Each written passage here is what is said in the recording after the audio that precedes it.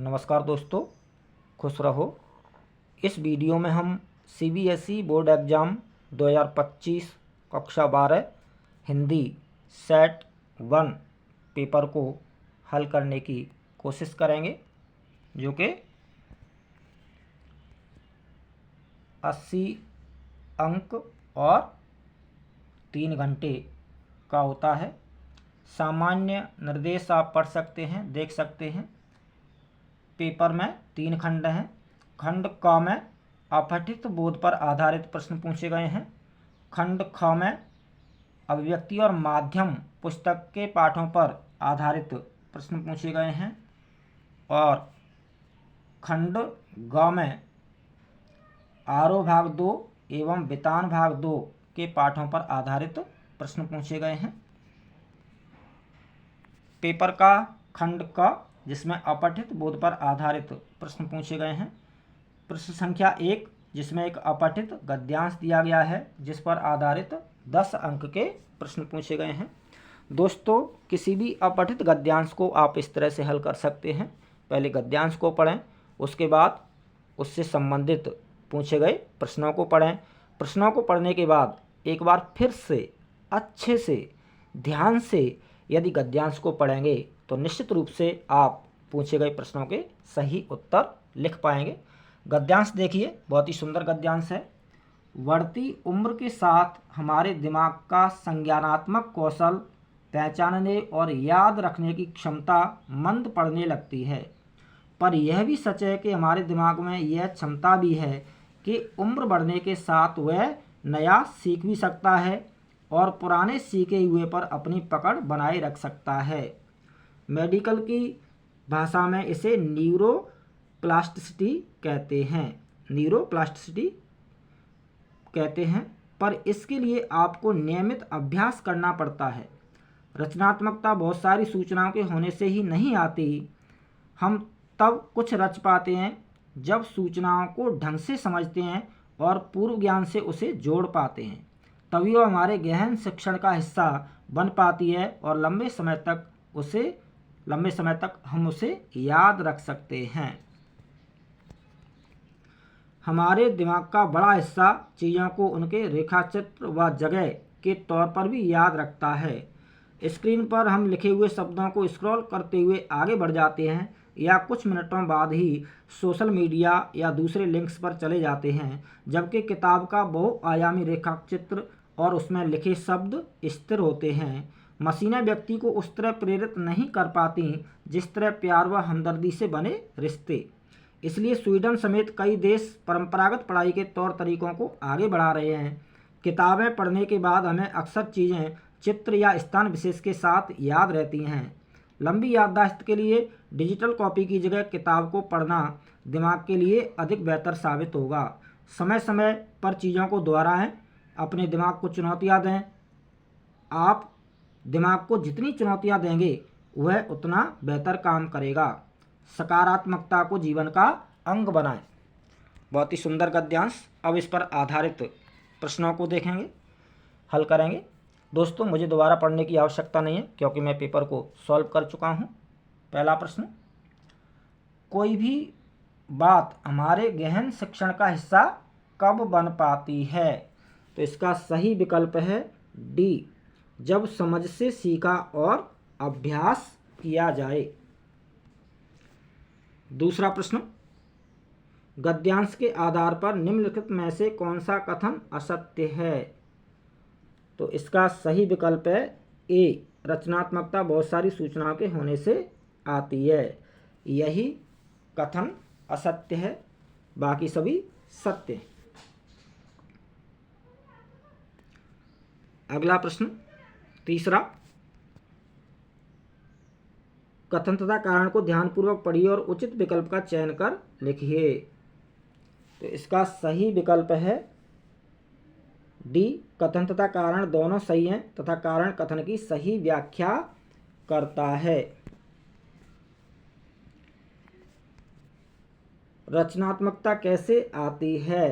तो इस प्रश्न का उत्तर इस तरह से लिखा जा सकता है, प्राप्त सूचनाओं और ज्ञान को पूर्व ज्ञान से जोड़ नया आकार देने की कोशिश करने से रचनात्मकता आती है। अगला प्रश्न, गद्यांश में दिमाग संबंधी किन दो विरोधी बातों का उल्लेख किया गया है? तो इस प्रश्न का उत्तर गद्यांश के आधार पर इस तरह से लिखा जा सकता है। दिमाग संबंधी दो विरोधी बातें, पहली, उम्र बढ़ने के साथ संज्ञानात्मक कौशल और स्मरण शक्ति का कमजोर पड़ना। दूसरी, उम्र बढ़ने के साथ भी नया सीखने और पुराने को याद रखने की दिमागी क्षमता का होना। 2 अंक का है, 2 बिंदु पर्याप्त हैं उत्तर में। गद्यांश में सीखने सिखाने के परंपरागत तरीकों को आधुनिक तरीकों से बेहतर क्यों बताया गया है? इस प्रश्न का उत्तर इस तरह से लिखा जा सकता है। पारंपरिक तरीकों में मानवीय रिश्तों में विद्यमान प्यार व हमदर्दी की भावना होना, आधुनिक तरीकों में इनका अभाव होना। दूसरा बिंदु, पारंपरिक तरीकों में स्थायित्व होता है जबकि आधुनिक तरीकों में भटकाव, अस्थिरता होती है। गद्यांश के आधार पर याददाश्त बढ़ाने के कोई 2 उपाय लिखिए। तो इस प्रश्न का उत्तर इस तरह से लिखा जा सकता है। डिजिटल कॉपी की अपेक्षा किताबों को पढ़ना चाहिए। समय समय पर चीज़ों को दोहराना यानी अभ्यास करना चाहिए। चुनौतीपूर्ण कार्यों को करना चाहिए। कोई भी 2 बिंदु लिखे जा सकते हैं। दूसरा प्रश्न, जिसमें एक अपठित पद्यांश दिया गया है जिस पर आधारित 8 अंक के प्रश्न पूछे गए हैं। बहुत ही सुंदर पद्यांश है। पद्यांश देखिए, बज रहा है संकरण आह्वान का, बड़ सिपाही के सदृश बलिदान कर, आंख में लेकर चमक संकल्प की, ले हृदय उत्साह वाणी में प्रबल, तू भुजा में नित अमित बल शक्ति ले, और संशयहीन चिंतन ले सबल, उठ अरे ओ देश के प्यारे तरुण, सिंह संपाषाण सीना तान कर, और संशयहीन चिंतन ले सबल, और संशयहीन चिंतन ले सबल, ओ नए युग के युवक नवशक्तिमय, पथ अंधेरे से ढका सब ओर है, सूर्य सम दीपित उठाकर भाल को, देख कैसा सभ्यता का भोर है, पार्थ के सम आँख के प्रतिबिंब से, ओ तरुण उठ लक्ष्य का संधान कर, हस्तगत करके विजय सब ओर बढ़, शत्रु के अभिमान मंडित शीश चढ़, शत्रु के अभिमान मंडित शीश चढ़, मुक्त के संघर्ष में कर दिग्विजय, आज फिर नव एकता के पाठ पढ़, खटखटाती द्वार है युग चेतना, तोड़ दे लोह पट तू आन कर। बहुत ही सुंदर पद्यांश। इस पर आधारित प्रश्न देखिए। पहला प्रश्न, पद्यांश में कवि किसे संबोधित कर रहा है? तो इसका सही विकल्प है ए, देश की युवा शक्ति को। दूसरा प्रश्न, पथ अंधेरे से ढका सबोर है, पंक्ति में अंधेरा प्रतीकार्थ है, तो इसका सही विकल्प है सी, निराशा का। अंधेरा किसका प्रतीकार्थ है? निराशा का। तीसरा प्रश्न, भाल शब्द का अर्थ है, तो इसका सही विकल्प है बी, मस्तक। भाल शब्द का अर्थ है मस्तक, बी ऑप्शन सही है। अगला प्रश्न, लक्ष्य का संधान कर से क्या अभिप्राय है? तो लक्ष्य का संधान कर से अभिप्राय है एकाग्रता से लक्ष्य का निर्धारण कर उसे प्राप्त करना। तोड़ दे ये लोहपट तू आन कर, पंक्ति में लोहपट से क्या आशय है? तो इस प्रश्न का उत्तर इस तरह से लिखा जा सकता है। पंक्ति में लोहपट से आशय है व्यवस्था की जड़ता। दूसरा बिंदु, राष्ट्र और समाज में व्याप्त रूढ़िवादिता। इस पद्यांश में क्या प्रेरणा दी गई है? तो इस प्रश्न का उत्तर इस तरह से लिखा जा सकता है। इस पद्यांश में व्यवस्था की जड़ता, राष्ट्र और समाज में व्याप्त रूढ़िवादिता को तोड़ने की, ध्यान केंद्रित कर लक्ष्य का संधान करने की, राष्ट्रीय एवं सामाजिक एकता बनाए रखने के लिए प्रयत्नशील होने की, संघर्ष द्वारा विजय प्राप्त करने की प्रेरणा दी गई है। कोई भी 2 बिंदु लिखे जा सकते हैं। पेपर का खंड ख, जिसमें अभिव्यक्ति और माध्यम पुस्तक के पाठों पर आधारित प्रश्न पूछे गए हैं। तीसरा प्रश्न, जिसमें 3 में से दिए गए तीनों विषय में से किसी एक विषय पर लगभग 120 शब्दों में रचनात्मक लेख लिखने के लिए कहा गया है। तीनों में से किसी एक विषय पर रचनात्मक लेख लिखना है, जो कि 6 अंक का प्रश्न है। दोस्तों, रचनात्मक लेख किस तरह से लिखना चाहिए जिससे कि आपको आपके पूरे में से पूरे अंक आएँ, इसके लिए आप चैनल पर दीवार घड़ी पर रचनात्मक लेख वाला वीडियो देख सकते हैं। चौथा प्रश्न, दोस्तों तीसरा, चौथा और 12वां, ये 3 प्रश्न तीनों सेट में अलग अलग हैं। बाकी जो प्रश्न तीनों सेट में वही हैं। केवल तीसरा, चौथा और 12वां प्रश्न तीनों सेट में अलग अलग है, बाकी पेपर सेम है। चौथा प्रश्न, निम्नलिखित प्रश्नों को ध्यानपूर्वक पढ़कर करेंगे। 4 प्रश्नों के उत्तर लगभग 40 शब्दों में लिखिए। 4 प्रश्न 2-2 अंक के यानी 8 अंक के प्रश्न अभिव्यक्ति और माध्यम के पाठों से संबंधित, यानी 5 में से कोई भी 4 प्रश्न करने। पहला प्रश्न है, विचारों को शब्दबद्ध करना, लेख की शक्ल देना ज़्यादातर लोगों के लिए खास मुश्किल काम क्यों है? तो इस प्रश्न का उत्तर इस तरह से लिखा जा सकता है। आत्मनिर्भर होकर लिखित रूप में अभिव्यक्ति का अभ्यास नहीं होने के कारण। दूसरा बिंदु, अभिव्यक्ति के लिए उपयुक्त भाषा शैली एवं शब्द संपदा का अभाव होना।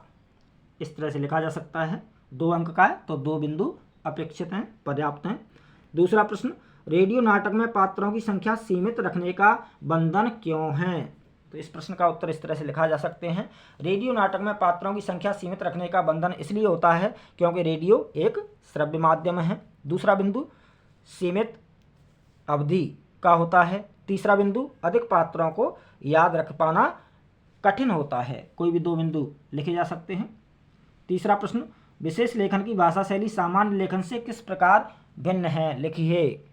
तो इस प्रश्न के उत्तर में इस तरह से लिखे जा सकते हैं। 2 बिंदु, विषय विशेष की तकनीकी शब्दावली से युक्त गहन विश्लेषण का होना। दूसरा बिंदु, किसी निश्चित लेखन और शैली का न होना, किसी निश्चित लेखन शैली का न होना। अगला प्रश्न, पूर्णकालिक और अंशकालिक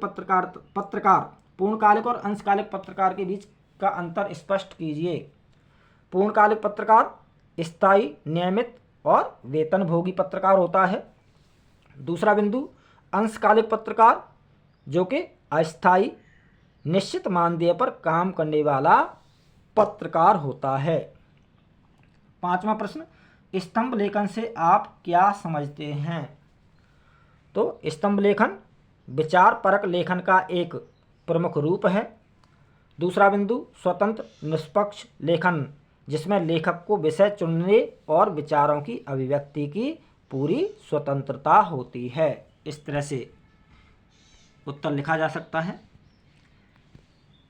5वां प्रश्न, जिसमें अभिव्यक्ति और माध्यम पुस्तक के पाठों पर आधारित प्रश्न पूछे गए हैं कि नहीं 2 प्रश्नों के उत्तर देने हैं लगभग 80 शब्दों में। 4-4 अंक के 2 प्रश्न यानी 8 अंक के प्रश्न। 3 में से कोई भी 2 प्रश्न करने हैं। पहला प्रश्न, नाटक और कहानी की आत्मा के कुछ मूल तत्वों के एक होते हुए भी दोनों में क्या भिन्नता है?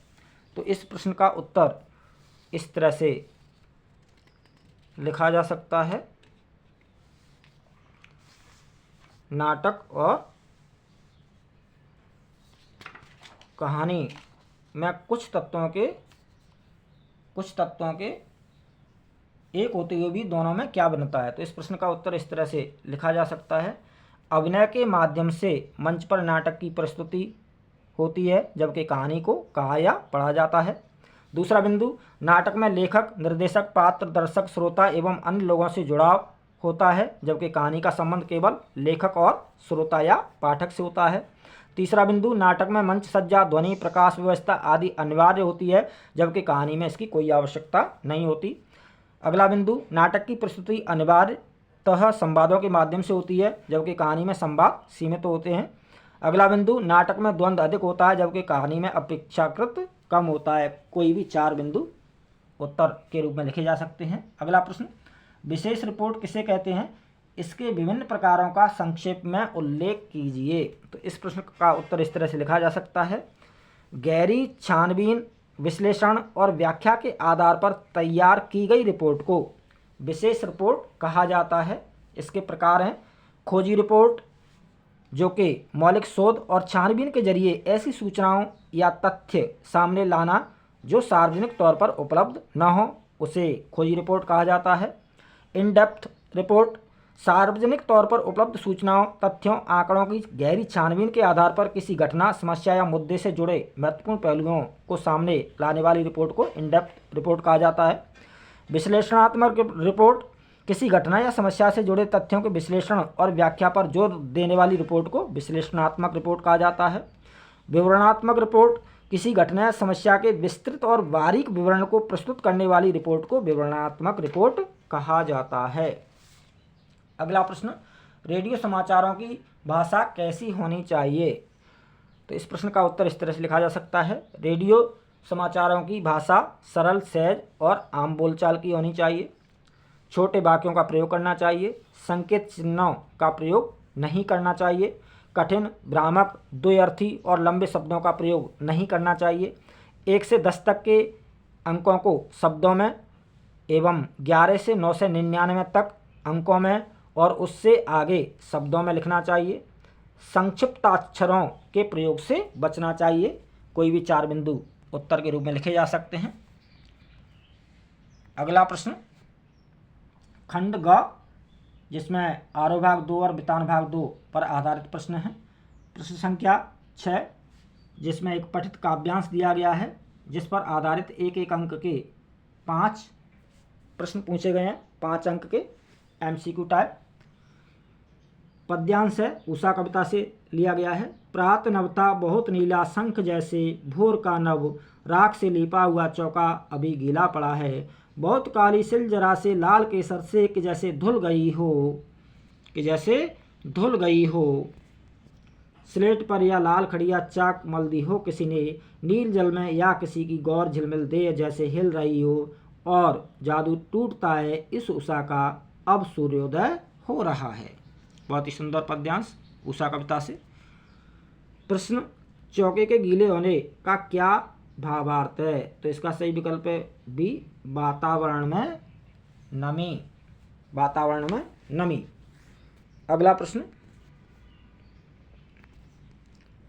दूसरा, कथन तथा कारण को ध्यानपूर्वक पढ़कर उचित विकल्प का चयन कीजिए। कथन है, उषा कविता गांव की सुबह का गतिशील चित्र है। कारण, कविता में वर्णित उपमान इस कविता को गांव की सुबह से जोड़ते हैं। तो सही विकल्प है डी, कथन तथा कारण दोनों सही हैं तथा कारण कथन की सही व्याख्या करता है। डी विकल्प सही है। तीसरा प्रश्न,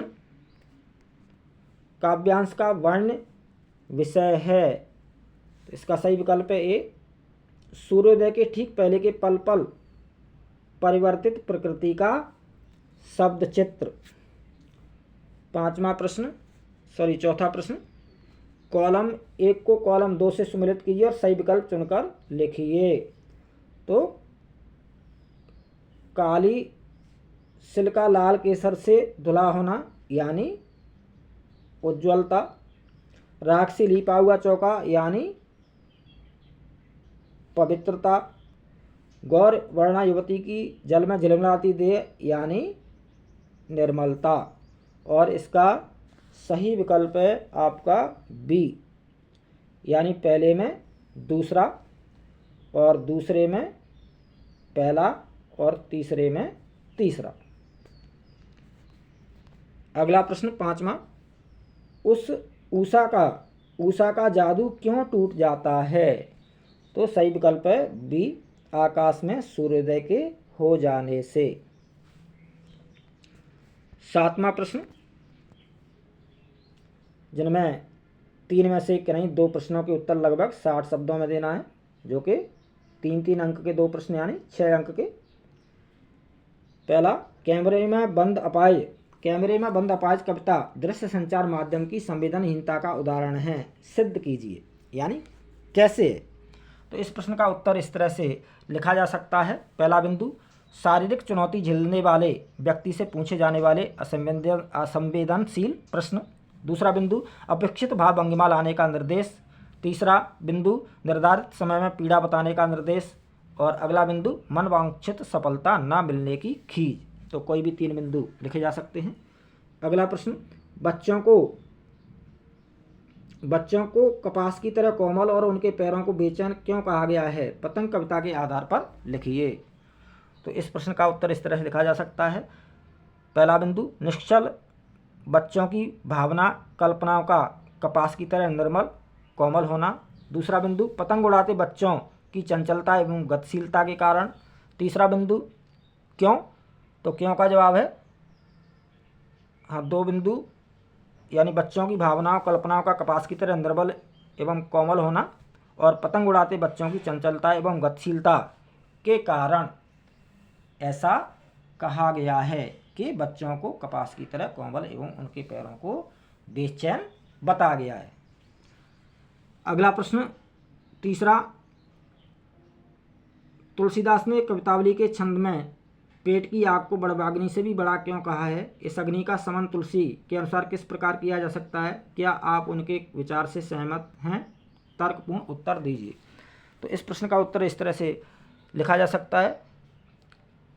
क्यों का उत्तर, पेट की अग्नि से विवश हो मानव द्वारा नैतिक अनैतिक धर्म अधर्म के बारे में विचार न करना, और वो इस समस्या का समाधान किस प्रकार देख रहे हैं? राम रूपी घनश्याम के कृपाजल से। विचार से सहमति या असहमति वह परीक्षार्थी अपने अनुसार उचित जवाब लिख सकता है। अगला प्रश्न 8वां के नहीं 2 प्रश्नों के उत्तर लगभग 40 शब्दों देने हैं। 2-2 अंक के 2 प्रश्न यानी 4 अंक के प्रश्न। पहला प्रश्न है, चिड़िया के उड़ने और फूलों के खिलने का कविता से क्या संबंध बनता है? कविता के बहाने कविता के आधार पर स्पष्ट कीजिए। तो इस प्रश्न का उत्तर इस तरह से लिखा जा सकता है। चिड़िया की उड़ान, चिड़िया और कविता दोनों का उड़ान भरना, चिड़िया का पंखों के सारे उड़ान भरना, कविता में कवि की कल्पनाओं और भावनाओं की उड़ान। चिड़िया की उड़ान सीमित, कविता में कल्पना की उड़ान असीमित, कोई भी 2 बिंदु। फूलों का खिलना, कविता के समान ही खिले फूलों में भी सौंदर्य कोमलता एवं आनंद, फूलों का सौंदर्य अल्पकालीन, कविता अनंत जीवन और आनंद से युक्त। खिलकर मुरझा जाना फूलों की नियति, किंतु सदैव नए अर्थ ग्रहण कर कालजयी बने रहना कविता का स्वभाव। इस तरह से। अगला प्रश्न, बात की चूड़ी मर जाने का क्या अर्थ है? चूड़ी मर जाने का क्या परिणाम हुआ? बात सीधी थी, कविता के आधार पर लिखिए। तो इस प्रश्न का उत्तर इस तरह से लिख सकते हैं। बात की चूड़ी मर जाने का अर्थ है बात का प्रभावहीन हो जाना, जिसका परिणाम क्या हुआ? कथ्यका भाषा में उलझकर रह जाना, कविता का स्वाभाविक विकास अवरुद्ध होना। अगला प्रश्न, बादल को विप्लव के बादल क्यों कहा गया है? बादल राग कविता के संदर्भ में लिखिए। तो इस प्रश्न का उत्तर इस तरह से लिखा जा सकता है। बादल को विप्लव के बादल इसलिए कहा गया है क्योंकि पहला बिंदु, शोषित वर्ग में नवीन क्रांति का प्रतीक होना, साहस एवं उत्साह का संचार होना, पूंजीपतियों में भय व्याप्त होना आदि। अगला प्रश्न 9वां, जिसमें एक पठित गद्यांश दिया गया है, जिस पर आधारित 1-1 अंक के 5 अंक के MCQ टाइप प्रश्न पूछे गए हैं, जो कि बाजार दर्शन पाठ से लिया गया है। गद्यांश देखिए, पर उस जादू की जकड़ से बचने का एक सीधा सा उपाय है। वह यह है कि बाजार जाओ तो खाली मन न हो, मन खाली हो तब बाजार ना जाओ। कहते हैं लू में जाना हो तो पानी पीकर जाना चाहिए, पानी भीतर हो लू का लूपन व्यर्थ हो जाता है। मन लक्ष्य से भरा हो तो बाजार भी फैला का फैला ही रह जाएगा, तब वह घाव बिल्कुल नहीं दे सकेगा बल्कि कुछ आनंद ही देगा। तब बाजार तुमसे कृतार्थ होगा क्योंकि तुम कुछ न कुछ सच्चा लाभ उसे दोगे। बाजार की असली कृतार्थता है आवश्यकता के समय काम आना। यहाँ एक अंतर समझ लेना बहुत ज़रूरी है। मन खाली नहीं रहना चाहिए, इसका मतलब यह नहीं कि मन बंद रहना चाहिए। जो बंद हो जाएगा वह शून्य हो जाएगा, और शून्य होने का अधिकार बस परमात्मा का है। इस पर आधारित प्रश्न, गद्यांश में लू और पानी का उदाहरण किस उद्देश्य से दिया गया है? तो इसका सही विकल्प है बी, बाजार की चकाचौंध से बचने के लिए। दूसरा प्रश्न, बाजार को कृतार्थता कौन प्रदान करता है? तो इसका सही विकल्प है सी, जो अपनी ज़रूरत के अनुसार ही खरीदारी करता है। तीसरा प्रश्न, कथन, बाजार की असली कृतार्थता आवश्यकता के समय लोगों के काम आना है। कारण, बाजार का मूक आमंत्रण लोगों में चाह जगाता है। तो इसका सही विकल्प है सी, कथन तथा कारण दोनों सही हैं, लेकिन कारण कथन की गलत व्याख्या करता है। सी विकल्प सही है। अगला प्रश्न चौथा, कॉलम 1 को कॉलम 2 से सुमेलित कीजिए और सही विकल्प चुनकर लिखिए। मन भरा होना, भरा होना यानी मन का तृप्त होना। मन का बंद होना यानी मन का शून्य होना। और मन खाली होना यानी मन का तृषित होना।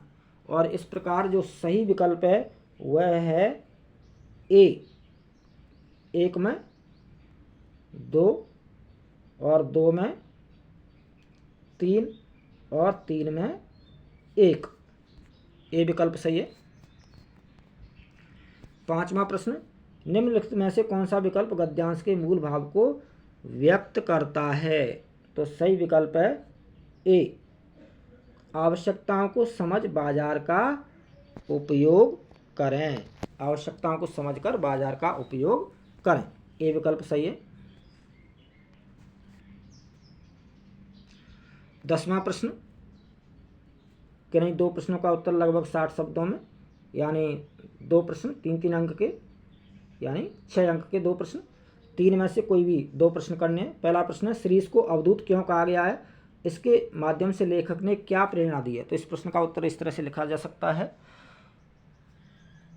श्रीष को अवधूत क्यों कहा गया है? तो श्रीष को अवधूत इसलिए कहा गया है क्योंकि बाह्य परिवर्तनों के बीच भी अविचलित बने रहना, विपरीत परिस्थितियों में के बीच भी सरस बने रहना, कोमल और कठोर दोनों भावों का एक साथ निर्वहन होना, इससे प्रेरणा दी गई है।